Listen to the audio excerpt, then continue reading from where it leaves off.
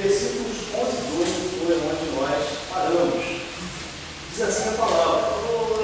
Amém.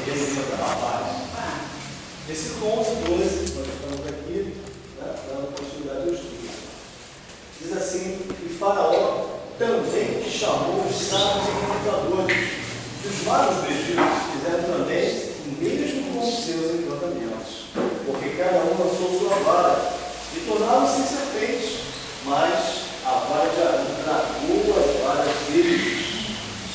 Esta passagem é muito interessante, porque nos fala acerca de uma questão atual, hoje operada no meio da cristandade. É aquilo que nós chamamos de imitação da obra de Deus. Nós vamos ler em Amaro e minhas irmãs cristãos, o capítulo 3 da segunda carta de Paulo aos Timóteo. Bem, 2 Timóteo, capítulo 3, versos 1 ao 8. Para que nós tenhamos um entendimento mais claro que o Senhor quis nos mostrar, que o Senhor deseja nos ensinar aqui esta noite. Diz assim a palavra: Paulo escrevendo a Timóteo. Sabe, porém, isto, Timóteo, que nos últimos dias sofrerão tempos trabalhosos, porque haverá homens amantes de si mesmos, avarentos, presunçosos, soberbos, blasfemos, desobedientes a pais e mães, ingratos, profanos, sem afeto natural, irreconciliáveis, caluniadores, incontinentes, cruéis, sem amor para com os bons, traidores, obstinados, orgulhosos, mais amigos dos deleites do que amigos de Deus. Esse versículo número 5, ele é o que, digamos, faz toda uma alusão, esclarece com toda a propriedade esta passagem de hoje. Diz assim a palavra: tendo aparência de piedade, mas negando a eficácia dela. Destes, afasta-te. E no versículo de número 8, nós vemos os nomes destes magos, que figuram aqui. O Espírito Santo revela a Paulo, diz assim: como Janes e Jambres resistiram a Moisés, assim também estes resistem à verdade, sendo homens corruptos de entendimento e réprobos quanto à fé. Não irão, porém, aonde? Porque a todos será manifesto o seu mesmo amigo, como também tudo por aqueles. O que nós vemos aqui? Nós, quando meditamos nesse texto, vemos que ali o Senhor orienta Moisés, ele faça aquele sinal, ele quer aquele sinal diante do Faraó, mas não a vara de Moisés, sim a vara que estava na mão de Arão. Infelizmente, temos 2 momentos aqui, vamos dando uma outra oportunidade.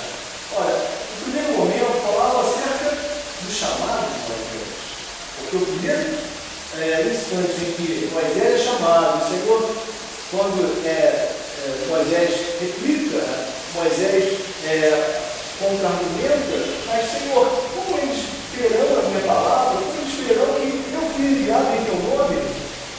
Então o Senhor diz assim: pega esta vara que está em tua mão, lança na terra. E aí, lançar aquela vara na terra, a vara de Arão, a vara é transformada em serpente. E Moisés foge. Então, pegue pela cauda, o Senhor disse para Arão, para Moisés. Moisés pegou aquela serpente pela cauda e a serpente tornou-se em vara. Isto simbolizava justamente o chamado de Moisés. Porque foi a vara que estava na mão de Moisés.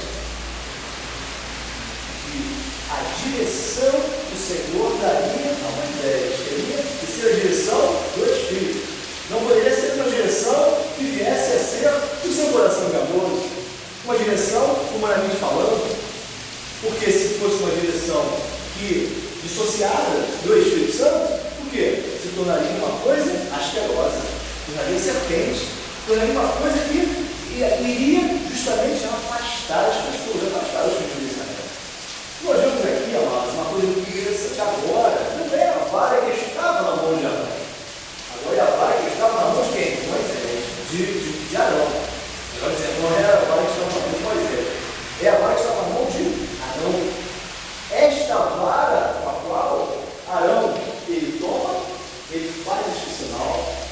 maravilhoso diante de Faraó. E aí, diz a palavra, que quando lança, né, Arão a vara, ela torna-se em serpente.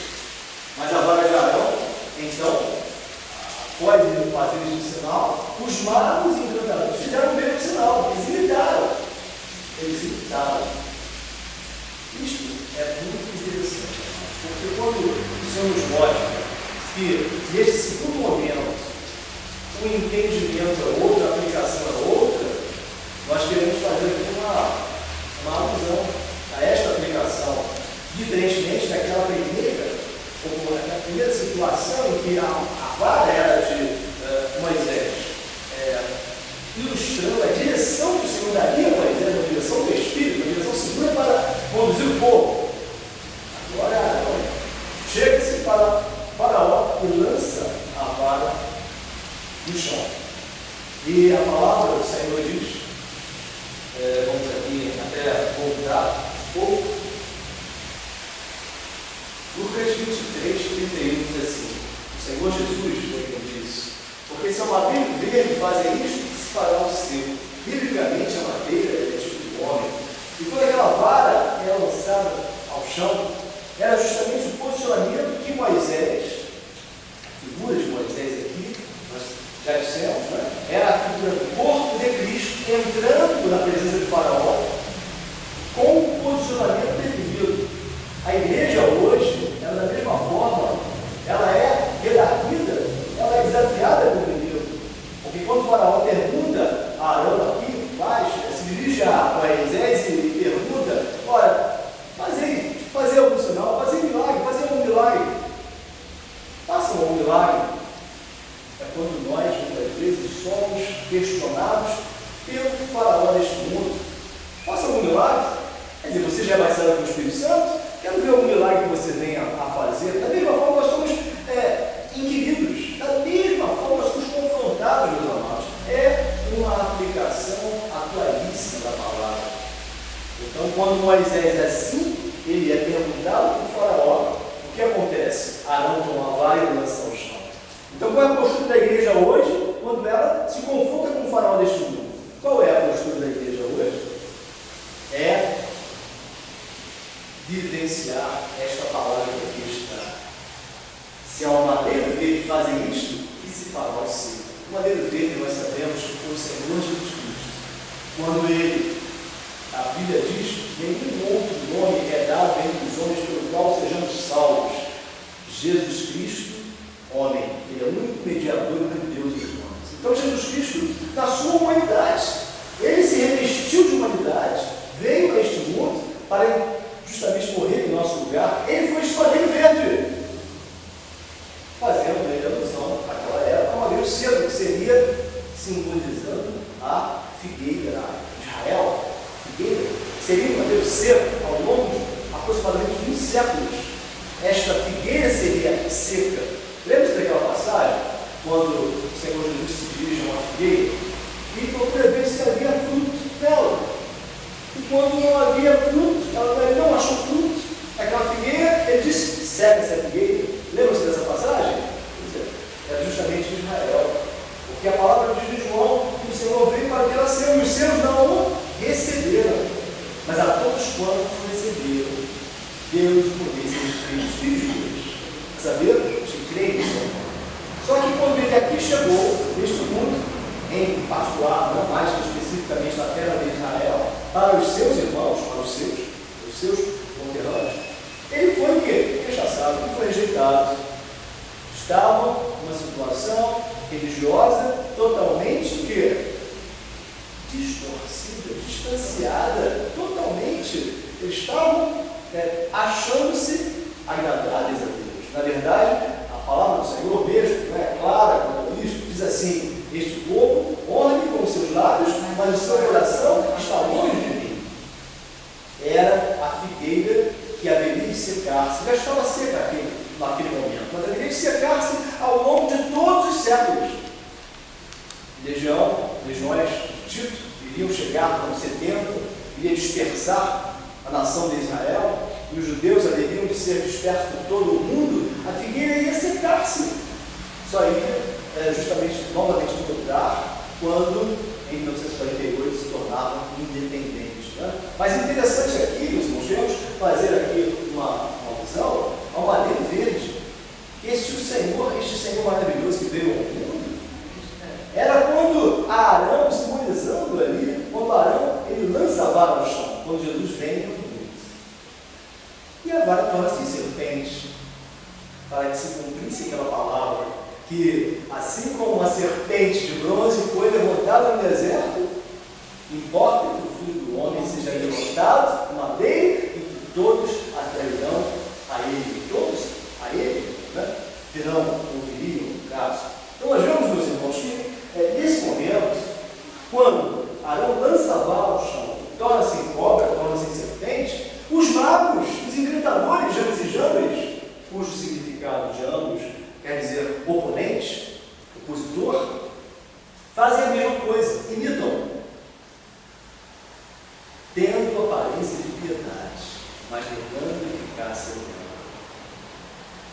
A palavra da igreja hoje, o posicionamento da igreja hoje diante do faraó, é precisamente este, da mensagem da cruz, falar de um evangelho de amor. Além do poder de Deus aqui manifestado, o primeiro sinal, vejam bem, o primeiro sinal que Deus aqui opera diante do faraó é justamente o quê?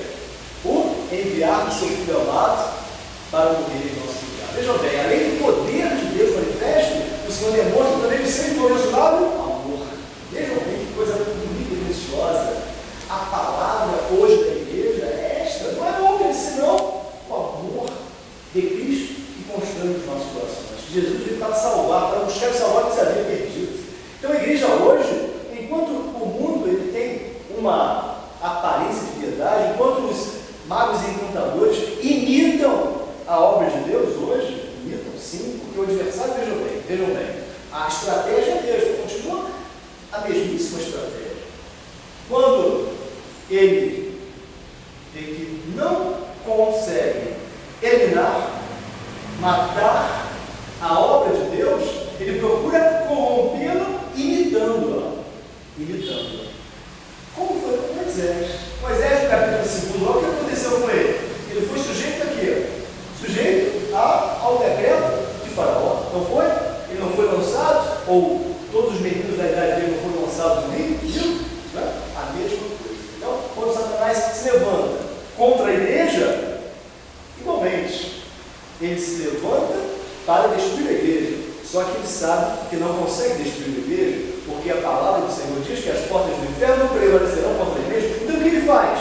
Ele forja, ele imita, ele persuade sorrateiramente. Então hoje, amados, nós vemos muitos Jambres aí, muitos magos e encantadores por aí, que têm aparência de piedade. Então é mais astucioso do que um posicionamento de aparência, né? Por baixo de uma capa, muitas vezes de uma veste talar, de gestos, como diz Macintosh, o formalista, ele faz a mesma coisa que a igreja faz, só que com uma diferença, negando a eficácia da piedade.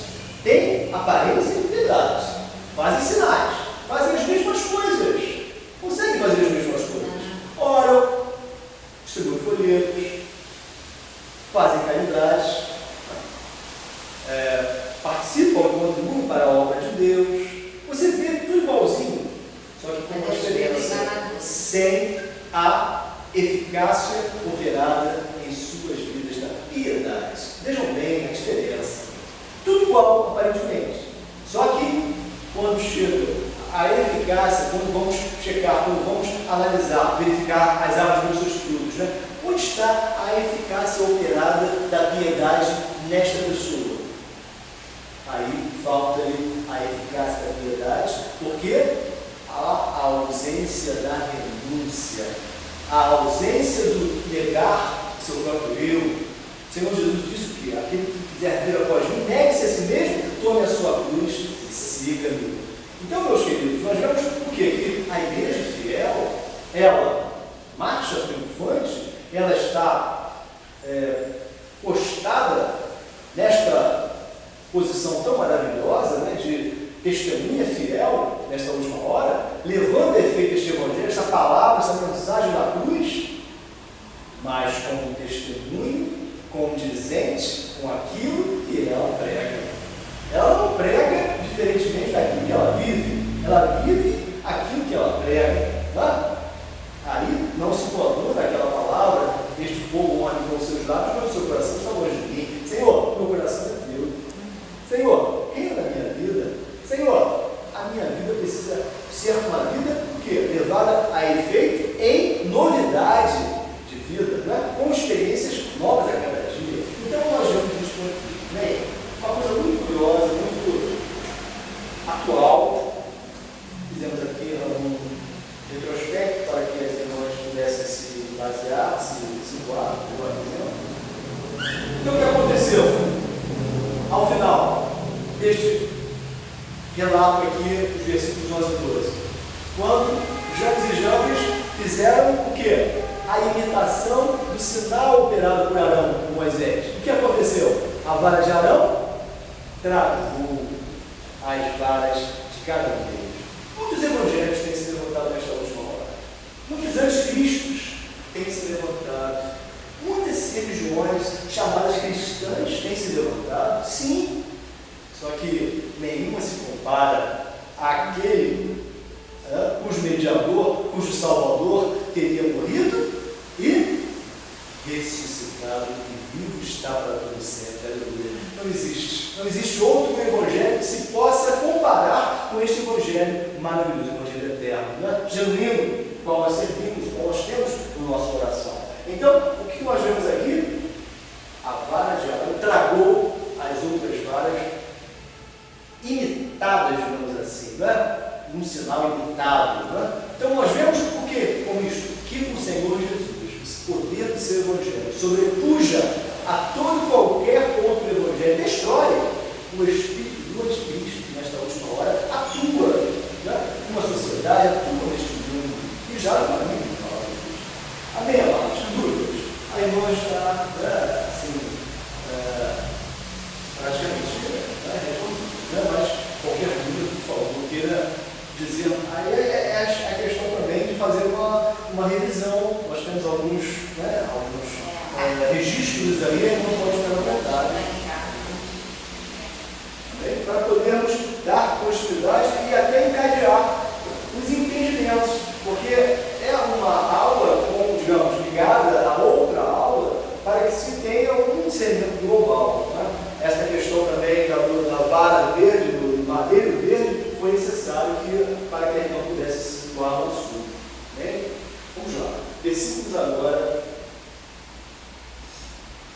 Aqui nós vemos Macintosh, quando ele diz acerca do formalista, que faz tudo igualzinho, mas na hora da renúncia, mas na hora que vai ser provado no testemunho, aí deixa a desejar, porque requer isso. O Evangelho não é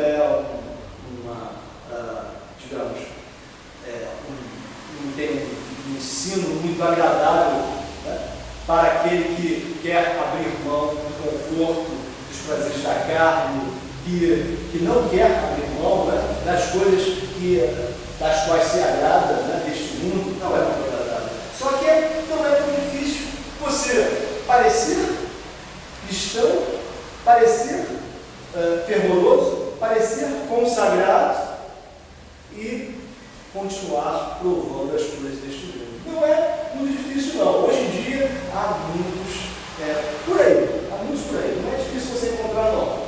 E é o que a palavra diz. Muitos são chamados, mas poucos escolhidos. E ainda há uma palavra de advertência da parte do Senhor que diz assim: porventura achará fé na terra? O homem pode voltar. Porventura achará fé na terra? Porque assim como foi nos tempos de Moisés, de Noé, melhor dizendo, que casavam-se, davam-se em casamento, quer dizer, uma promiscuidade total, assim também será nos dias da vida do Filho do Homem. É uma coisa terrível, mas é o momento atual, é o momento de apostasia, o momento de distanciamento, o momento de mornidão espiritual. Nós vemos que poucas são as pessoas que têm o coração aberto para orar, para buscar, santificar, poucos são escolhidos. Muitos são chamados, mas poucos são escolhidos. Não é curioso notar o seguinte, que todo homem natural e age dessa forma, age de uma maneira egoísta, como aqui nós lemos, né? Sabe, porém, Timóteo, que nos últimos dias subirão que é trabalhosos, que haverá homens egoístas, amantes de si mesmos, avarentos, soberbos, irreconciliáveis. Até aí você consegue, porque a natureza humana é esta mesmo. Agora, chega um versículo 15 que diz que, tendo aparência de piedade, mas negando a eficácia dela, aí dissimula. Aí é algo dissimulado. Aí é algo de uma forma que ele disfarçado, né? Tá. Aí entra o religioso, entra o formalista. Que até o versículo 4 nós vemos que é a natureza humana. Ponto. Só que quando entra essa questão, tendo aparência de piedade, é exatamente o que nós estamos vendo hoje neste ambiente apóstolo. Então, é como nós fizemos aqui. Momento de flagrante apostasia que vivemos. Maranata. Porque Jesus está às portas. É a última hora. De fato, é um momento de trevas. Só que o Senhor diz o seguinte, que aquele que está sujo, suje-se ainda. Aquele que está santo, santifique-se mais ainda. Lá na Apocalipse. Bem? Nossa postura, é o papel da igreja, de se santificar a cada dia. Versículos 13 e 16, vamos lá. Diz assim a palavra: porém o coração de Faraó se endureceu, e não os ouviu como o Senhor tinha falado. Vamos dar uma paradinha aí. Como o Senhor tinha falado. Por que como o Senhor tinha falado? Por quê? Porque a palavra de Deus, a palavra do Senhor, ela é o quê?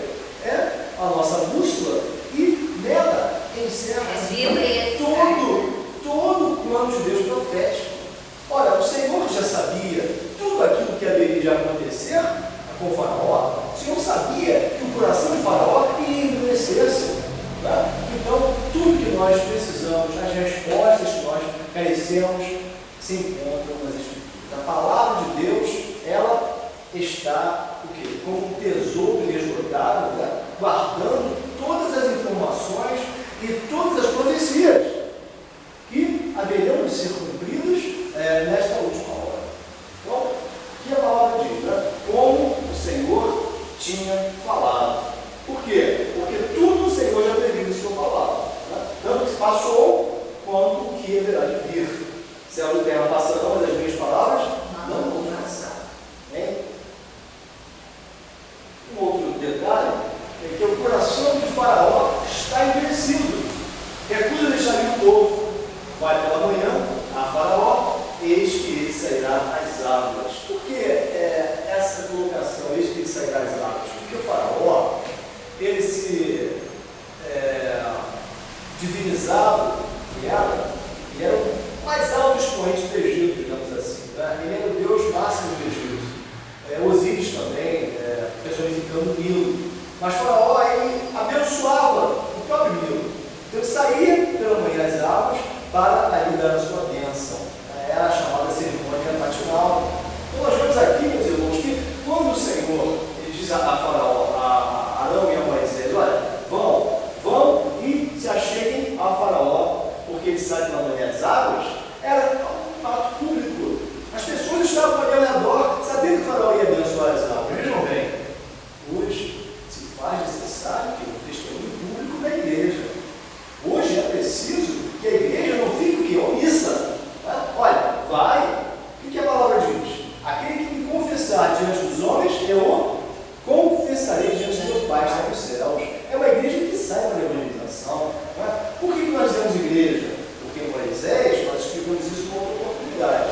Assim como Moisés entra na presença de Faraó, hoje Jesus entra por meio do seu corpo. Cristo é o cabeça, mas quem está no mundo é o seu corpo, é a igreja.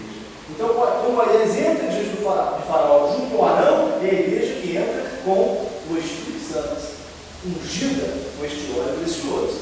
Então, olha, há necessidade de uma ousadia, mas para que a igreja possa ir intrepidamente pregar esta palavra e confrontar-se com Faraó, porque aquele desafio era Senhor Jeová versus o maior expoente divinizado, idolatrado, que era o faraó. Era um desafio ali, que Moisés e Arão estavam efetuando, estavam levando a efeito. Né?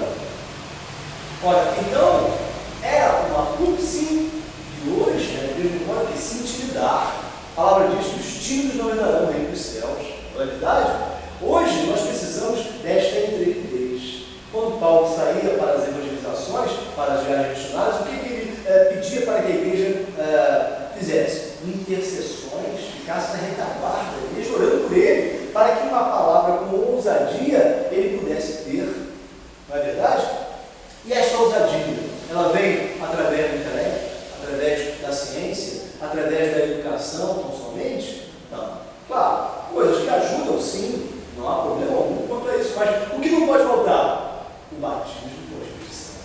O ato de certo, buscar este Espírito de Jesus. Então, olha, quando nós saímos, estamos nos encontrando, ou indo de encontro, né, a Faraó, lá à beira do rio Nilo.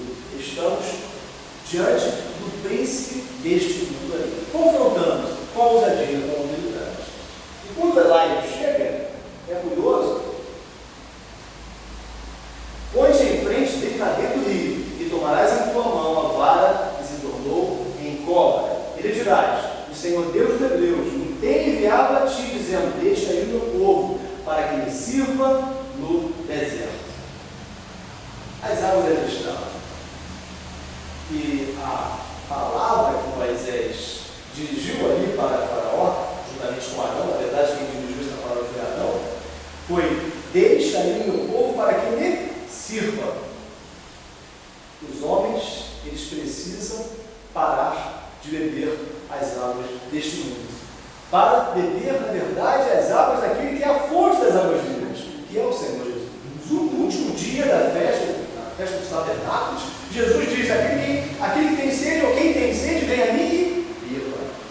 Estavam acostumados a beber do rio Nilo, estavam acostumados a tomar ali todos os benefícios do rio Nilo.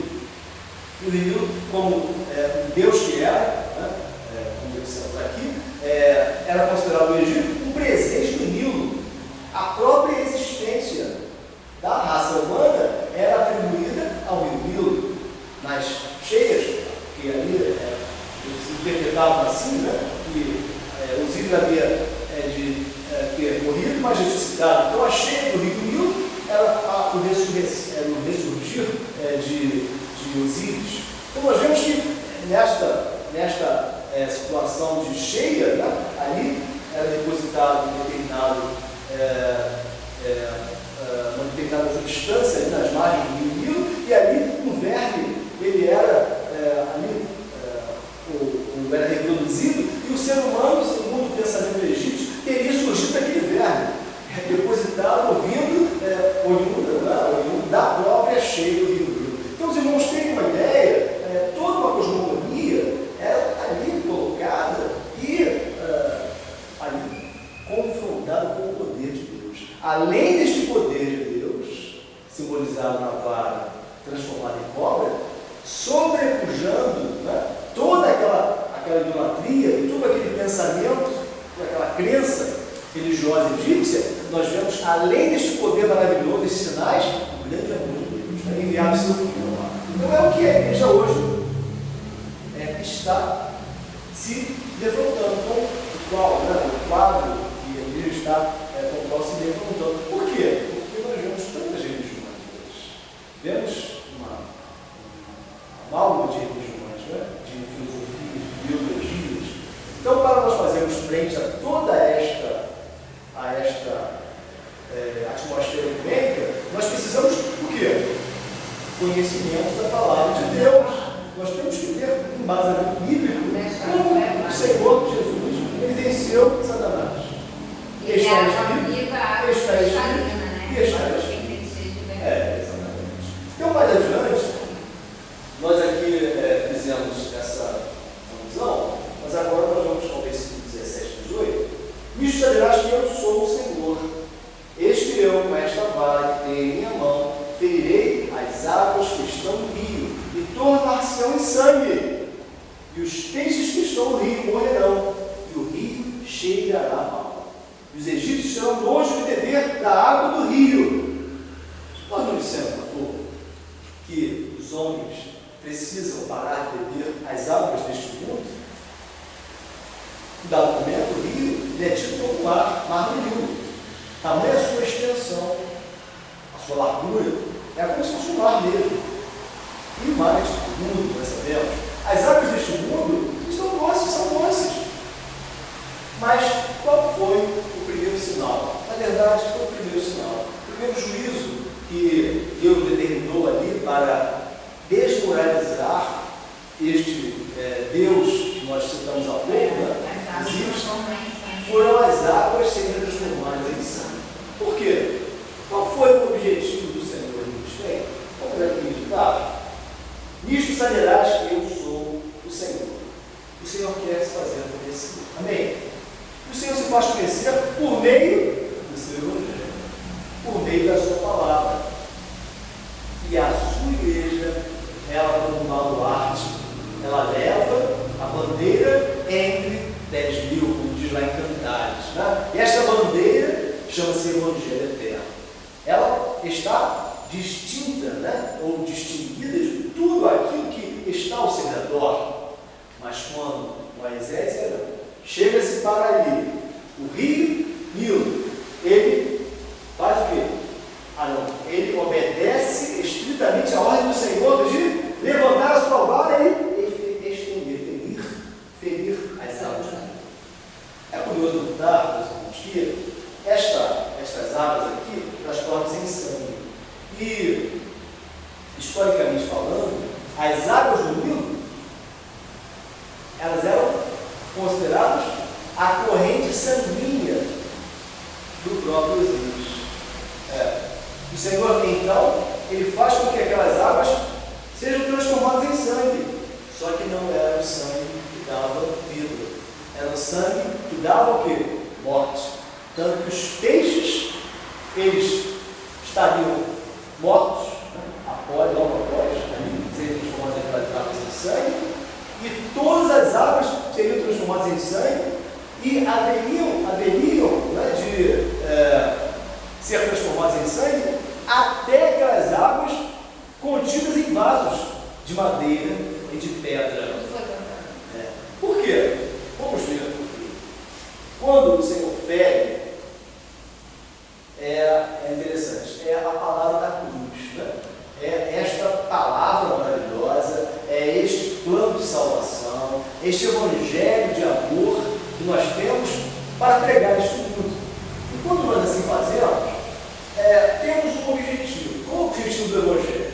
É mostrar que Jesus veio ao mundo, que Deus ao mundo de tal maneira que deu o seu Filho unigênito, para que todo aquele que nele crê não pereça, mas tenha vida eterna. Não é verdade? Sim.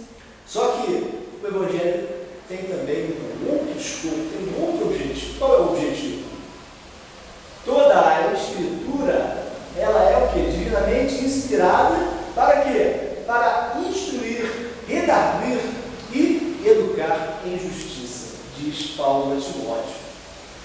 A finalidade da palavra de Deus é instruir o homem e habilitá-lo para toda boa obra. Meus irmãos, vejam bem, quando Moisés ele fere com a vara, ou Arão, a vara de Arão, veja bem, Arão na terceira pessoa aqui figurada, simbolizando o Espírito Santo, a vara tem que ser de Arão. Diz Arão. Então a igreja hoje clama o poder do Espírito Santo, clama a sua direção, para ferir as águas deste mundo. O Senhor queria mostrar justamente as consequências do beber, as consequências que o povo, que o homem, ele amargaria se continuasse adorando o rio Nilo. Por quê? Porque a palavra diz lá em Salmos que se nós estivermos nos prostrando diante de deuses, que tem olhos, mas não veem, tem boca, mas não falam, tem ouvidos, mas não ouvem, o que acontece? Deuses de pau, de pedra, de bronze, o que acontece? Tornem-se igual a eles, aqueles que o adorem. Vejam bem, amados, o que o Senhor estava mostrando aqui? E quando Arão fere com a vara, ele estava mostrando o Filho que viria ao mundo. Era o Evangelho do Senhor Jesus. É a palavra de Deus. A palavra de Deus esclarece, instrui o homem, mostrando que se ele continuar seguindo com este comportamento idólatra, ele vai o quê? Sofrer.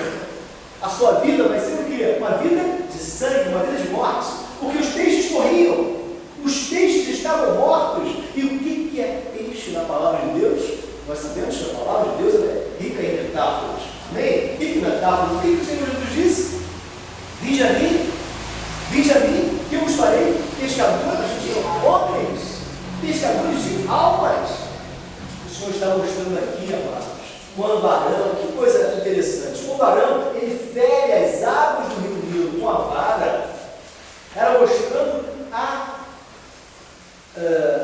finalidade precisa deste evangelho, além de salvar o homem, instruí-lo, mostrando que a idolatria, ela só gera o quê? Ela só gera morte. Morte para a alma, que os peixes morriam. Os peixes morriam e cheiravam mal. E ninguém conseguia beber mais das águas daquele rio, das águas do Nilo. Veja, o que ocorre hoje? O Evangelho, a palavra de Deus, ela tem praticamente duas grandes finalidades. Olha, a finalidade principal, preponderante, que é o quê? É a salvação do homem. Amém? E a outra palavra? Dois ministérios, claro, são 5 ministérios que nós sabemos, não é? Apóstolo, profeta, evangelista, pastor e doutrinador. Efésios 4:11, se não me engano. Então nós vemos aqui 5 ministérios, mas há 2 ministérios aqui específicos que usam a palavra de Deus com oportunidades que o texto nos leva a meditar esta noite. Quais são os 2 ministérios? Qual é o ministério lindo que nós vemos sendo usado por Deus de uma forma poderosa para salvar vidas? O ministério de evangelista. Não é? E qual outro ministério também muito importante para a igreja, para o quê? Esclarecer os irmãos, os membros da igreja, para que não caiam e não fiquem e não morram espiritualmente na idolatria. De doutrinador, aquele que ensina, aquele que utiliza a palavra de Deus para o esclarecimento. É isso que o Senhor queria mostrar aqui. Olha, fere as águas com vara, fere, porque as águas tornam sangue. Olha, os peixes morrerão.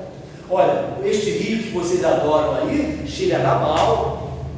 Os homens não conseguirão mais beber. E detalhe, as águas virarão sangue até nos vasos de madeira de pedra. Sabe por quê? Até nos vasos de madeira de pedra?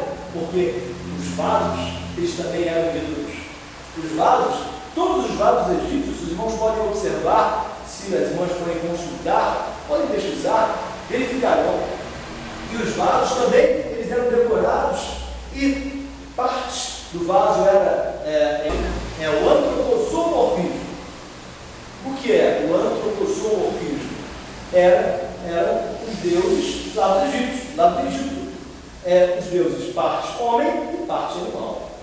Né? Vários deuses eram assim. Inclusive os vasos, parte dos vasos eram de uma forma, mas a tampa era de um animal, a cabeça de um animal. Mas o Senhor mostrando que até aquelas coisas escondidas, até os vasos, porque não é tão fácil você esconder um vaso, não é tão fácil você deixar o vaso oculto, né? Um cantinho lá esquecido da sua casa, não é tão cômodo, não é tão fácil e confortável para si. O que você está mostrando com isso? Até aquelas idolatrias lá no recôndito do nosso coração escondido, o Senhor está mostrando que a palavra de Deus, né, ela esclarece e avisa o homem que vai gerar morte. As águas do Nilo, ainda que sejam escondidas, ainda que sejam lá nos vasos de pedra, de barro, de madeira, que estejam no cantinho esquecido, vai cheirar mal, porque cheira a pecado, cheira a desobediência, cheira o quê? Morte. As águas do Nilo tornam-se em sangue. Perceberam a questão? Não foi simplesmente um sinal, não foi meramente uma transformação de água em sangue. Em comparação ao primeiro sinal que o Senhor Jesus fez,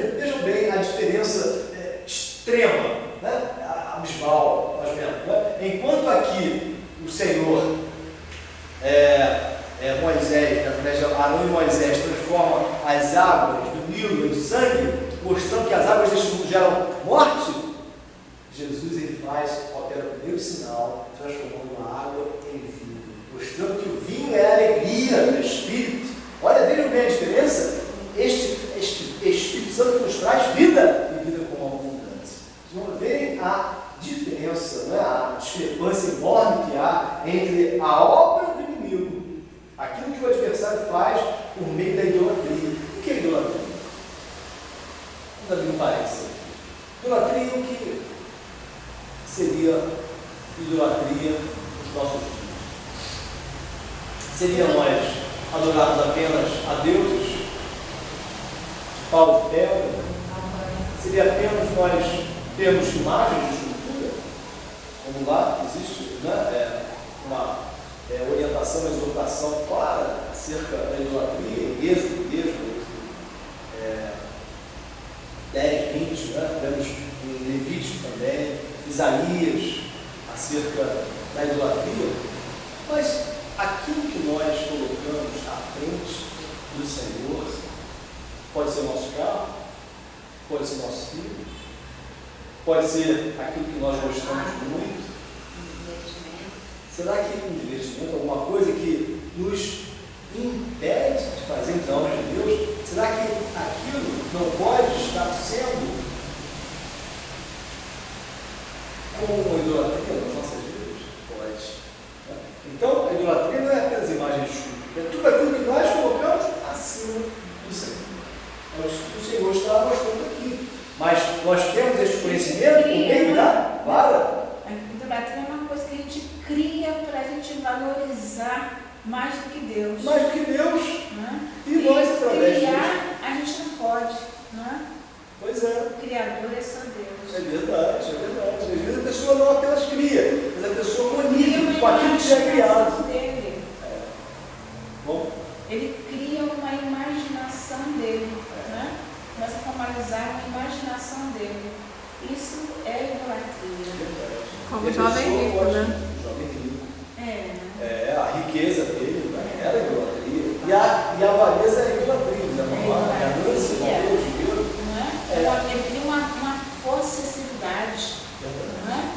E não é o dinheiro. Que põe no coração. Não é o dinheiro. Finança, né? Que a pessoa fica cega, né? Cega. É eu. E gera morte. Morte e mau cheiro. É. Mau cheiro. A tendência é essa. Em vez de ser exalar o bom cheiro de Cristo, né? E atrair para ele as pessoas, ele faz o quê? Ele faz com que as pessoas se afastem dele. Nós vemos que quando todo ser humano conheça quem é o nosso Moisés, nosso Redentor, né? Através da igreja, é a autoridade, a cruz que ele propiciou para que os juízos de Deus viessem sobre o príncipe deste mundo. Então, quando Adão fere as águas, portanto, né, do rio Nilo, o juízo de Deus sobre aquele Deus deles, e para também esclarecer as consequências da idolatria para o povo do Egito. E hoje a igreja faz a mesma coisa. O Evangelho ele serve para esclarecer o homem acerca da salvação e serve também para o quê? Doutrinar a igreja, mostrando que a idolatria ela gera morte. Verdade.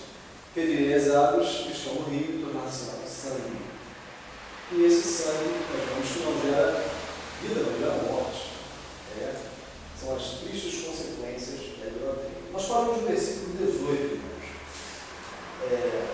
7, 18. Vamos dar continuidade até as 9 horas. Versículo 18, portanto, agora versículo 19. Disse mais o Senhor a Moisés: Dize a Arão: Toma tu a vara e estende a tua mão sobre as águas do Egito, sobre as suas correntes, sobre os seus rios, sobre os seus tanques, sobre todo o ajuntamento das suas águas, para que se torne em sangue. Dissemos aqui as consequências também, mas agora a preocupação do Senhor é mostrar as várias localidades, os vários locais, porque primeiro ele disse que ia fazer, agora ele fez de fato. Bem? Então quais são as várias consequências, os vários reflexos? Vejam bem, estende a tua mão, sobre as suas correntes. As correntes do rio, elas iriam justamente levar as águas para as casas, não é verdade? Sobre os seus rios, sobre os seus tanques e sobre todo o ajuntamento das suas águas. E hoje nós vemos reflexo desta idolatria também nos lares. Não vemos? As famílias amargando essas consequências, essas tristes consequências da idolatria, é o que a palavra aqui dizia, mostrando que estas águas não seriam apenas do rio, entendem? Estou me fazendo entender? Mas as águas, elas haveriam de se espalhar, haveriam de se escoar, levando este sangue para as habitações, dentre elas, né, as casas dos egípcios e até mesmo os seus vasos de pedra e de madeira, como citamos aqui, mostrando a perniciosa influência da idolatria. Vejam bem, às vezes nós estamos pensando, não temos este alcance, mas vejam bem, quando nós temos alguma idolatria particular, alguma coisa em nós podemos com isso contaminar a nossa própria família. Podemos levar para o nosso filho, porque eu estou idolatrando tanto o meu carro. Meu filho vê que eu estou idolatrando o meu carro. O que ele vai fazer também, mais adiante, vai me imitar, né? Vou procurar fazer da mesma forma. Então, com isso, as águas entram também pelas casas, como diz nas famílias, mostrando aqui a palavra e o perigo, né? Que há o perigo que campeia nesta última hora, né? Que está aí, vemos, e a palavra do Senhor nos mostra, nos avisa e nos edifica, para nós tomarmos cuidado. Interessante, curioso, que certa feita, o servo teve essa experiência, uma serva, né? Ela foi visitada por alguns irmãos e um irmão falou alguma coisa acerca de uma imagem e ela tirou uma imagem quando o irmão ali falou com ela, verdade? Mas depois, quando os irmãos se ausentaram, ela repôs a imagem, porque na verdade ela fez aquilo apenas para, digamos, em inglês ver, uma expressão muito vista, muito conhecida aí, né? Então, na verdade, ela depois confessou que tirou apenas por uma questão de educação. Havia caído da parede? Havia caído da parede, mas não havia caído do coração. E a tendência é a justificativa. Não estamos adorando, não estamos venerando. Como um retrato, mas nós estamos se ajoelhando no retrato. Apenas para enfeitar. Só isso. Mas é o que a palavra diz. Não terás, não farás, como a irmã também colocou, não terás, e também o ato de você conviver, de se concordar. E fala claramente ali, né, daquele construído, né, do lenhador, né, que estava no mato, que pegou um pedaço de madeira para poder fazer, né, fala claramente. Né? Agora, é aquilo, né, amados? Mas essencialmente, por que idolatria é abominável? Tão abominável aos judeus. Por quê? Porque Deus não dá a outra nem a sua glória. Deus não dá a outra nem a sua glória. Deus, Ele é único, onipotente, onisciente, onipresente. Só Ele é dado todo louvor, toda a glória, toda a adoração, toda a nossa gratidão. Ele não se deixa dividir com ninguém. Israel ele foi levado ao cativeiro, tanto Judá para a Babilônia quanto Israel para a Síria. Por quê? Por causa da idolatria, por causa da prostituição espiritual. Muito sério isso. E é instrutivo para nós, como igreja hoje. Né? Vamos lá, versículo 20. Vamos ler, mas irmãos podem acompanhar, por favor. Moisés e Arão fizeram assim como o Senhor tinha mandado. Levantou a vara e feriu as árvores que estavam no rio, diante dos olhos de Faraó, e diante dos olhos de seus servos, e todas as árvores do rio se tornaram em sangue. E os peixes que estavam no rio morreram, o rio fedeu. Os egípcios não podiam beber a água do rio, e houve sangue por toda a terra do Egito. Versículo 22. Porém, os magos do Egito também fizeram o mesmo com os seus encantamentos, de maneira que o coração de Faraó se endureceu, e não os ouviu como o Senhor tinha dito, mesmo tendo visto os sinais. Este sinal, Faraó endureceu o seu coração e não permitiu que eles saíssem. Saíssem para quê? Para servirem o Senhor. O Senhor quer tirar os seus servos do Egito para que os seus filhos possam servi-lo. Nós fomos chamados para quê? Para sermos servos, não? Vós não me escolheis a mim, mas eu vos escolhi a vós e vos nomeei para que vós deis fruto e o vosso fruto permaneça. Amém, amados? É importante nós percebermos isto, não? Fomos chamados para sermos chamados a fim de darmos frutos. Virou-se para Faraó e ele endureceu, mesmo vendo as águas transformadas em sangue. É a novidade para nós que o coração do Faraó ele se endureça, mesmo com todos os sinais operados pela igreja? Não. O Faraó ele vai continuar endurecido, sim, porque o príncipe deste mundo já está julgado e não é novidade para nós isso. Nós sabemos que ele já está condenado, já foi julgado, já está condenado, está apenas aguardando a sua pena capital no lago de fogo e enxofre, né, diz a palavra. Mas enquanto isso, importa que o Senhor prove quem é fiel e quem não é. Daí a permissão de Deus para que ele tente ainda aqueles que se dizem servos fiéis. Porque como ourives provam o ouro do fogo, o Senhor permite que os seus servos sejam provados. Nós não dissemos que Deus é amor. Deus é amor. Ele é amor, é o nosso Deus advogado. é misericórdia. Deus é perdão. Deus é benigno, é paciente. Deus é justiça. Amém? Tanto que executou o juízo sobre o Egito, sobre seus deuses. Só que há um detalhe aqui, o último versículo deste capítulo. Vamos lá, vamos terminar. Nos últimos versículos, o que diz aqui a palavra? E virou-se Faraó e foi para a sua casa, nem ainda nisto pôs seu coração. E todos os egípcios, o quê? Fizeram o quê? Cavaram poços junto ao rio para beber água, porquanto não podiam beber das águas do rio. Então o que eles fizeram? Cavaram poços ao lado do rio para que pudessem beber durante 7 dias. Isso é instrutivo. Isto mostra o seguinte, que enquanto a idolatria, enquanto o Deus Osíris estava personificado ali no Rio Nilo, enquanto a idolatria ela traz morte, ainda há esperança. O homem ele precisa por quê? Se curvar para cavar águas que sejam profundas. Não no leito do rio, deste mundo, mas águas profundas. E para isso o homem precisa se curvar, precisa se humilhar. Durante 7 dias. Fala nos 7 dias da semana, né? Então o homem precisa buscar, essa é a verdade, a fonte das águas vivas que é Jesus. Mostrando com isto, amados, que ainda há o quê? Esperança. Tanto que há esperança, que é interessante, curioso, detalhes da palavra de Deus são muito curiosos, né?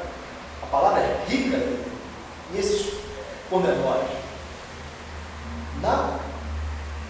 No juízo da Saraiva, nós vemos que os egípcios que ouviram a palavra de Deus reuniram ou juntaram guardando os seus animais. E sobre os seus animais não caiu Saraiva, porque eles deram crédito à palavra de Deus. Perceberam que Deus é misericordioso? Eu creio, irmãos.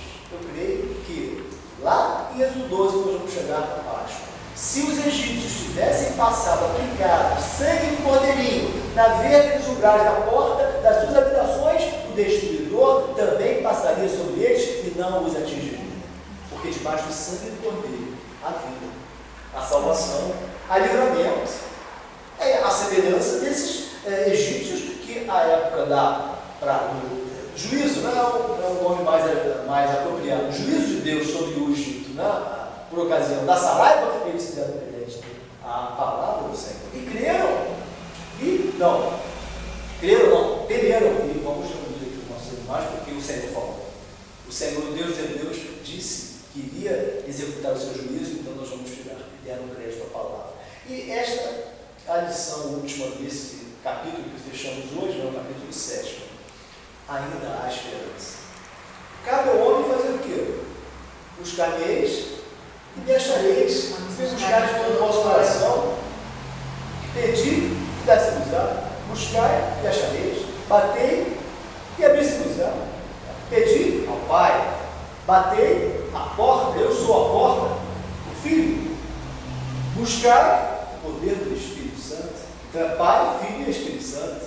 Batei, pedi, batei, buscai. Então é uma obra trina, completa, que cabe ao homem fazer o quê? Estender a sua mão e segurar a mão do Senhor, que já está estendida. Cabe ao homem o quê? Não ficar ou se reduzir a uma situação cômoda. Então, vou ficar aqui mesmo, está bem, eu só estou aqui neste mundo para viver 80, no máximo, quem sabe, 90 anos, depois terminar no cemitério, né, no Caju ou no Jardim da Saudade, né, é o que dizem, e depois acabou tudo? Não.